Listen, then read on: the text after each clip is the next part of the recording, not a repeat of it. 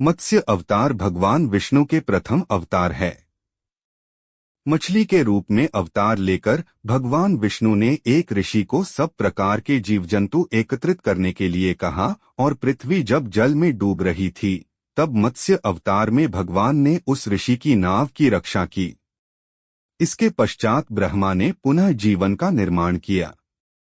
एक दूसरी मान्यता के अनुसार एक राक्षस ने जब वेदों को चुराकर सागर की अथाह गहराई में छुपा दिया तब भगवान विष्णु ने मत्स्य रूप धारण करके वेदों को प्राप्त किया और उन्हें पुनः स्थापित किया। मत्स्य अवतार की कथा।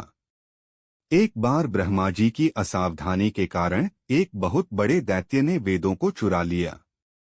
उस दैत्य का नाम हयग्रीव था। वेदों को चुरा लिए जाने के कारण ज्ञान लुप्त हो गया। चारों ओर अज्ञानता का अंधकार फैल गया और पाप तथा अधर्म का बोलबाला हो गया।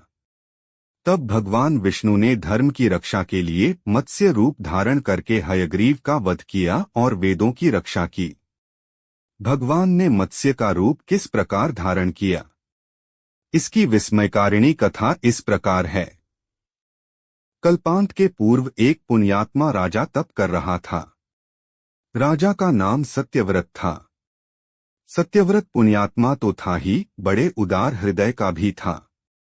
प्रभात का समय था। सूर्योदय हो चुका था। सत्यव्रत कृतमाला नदी में स्नान कर रहा था।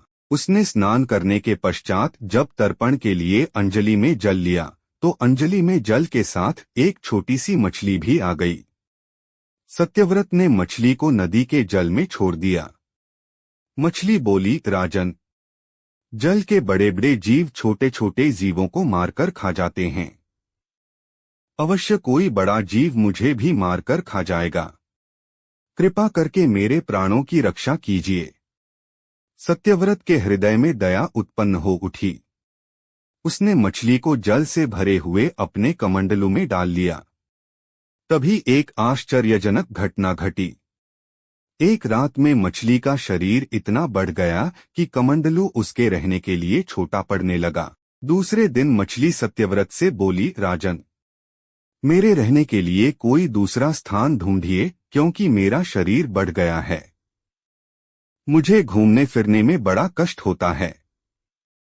सत्यव्रत ने मछली को कमंडलू से निकालकर पानी से भरे हुए मटके में रख दिया।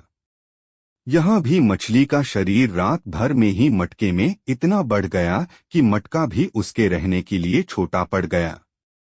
दूसरे दिन मछली पुनः सत्यव्रत से बोली, राजन, मेरे रहने के लिए कहीं और प्रबंध कीजिए क्योंकि मटका भी मेरे रहने के लिए छोटा पड़ रहा है।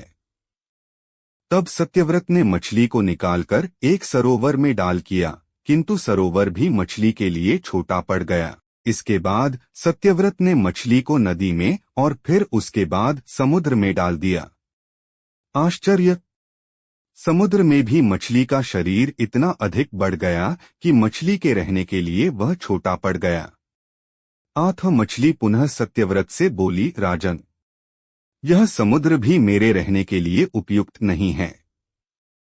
मेरे रहने की व्यवस्था कहीं और कीजिए।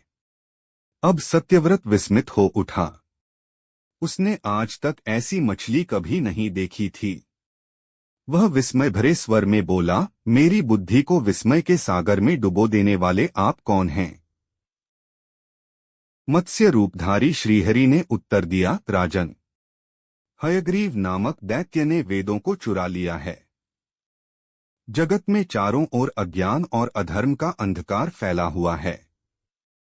मैंने हयग्रीव को मारने के लिए ही मत्स्य का रूप धारण किया है। आज से 7वें दिन पृथ्वी प्रलय के चक्र में फिर जाएगी। समुद्र उमड़ उठेगा। भयानक वृष्टि होगी। सारी पृथ्वी पानी में डूब जाएगी।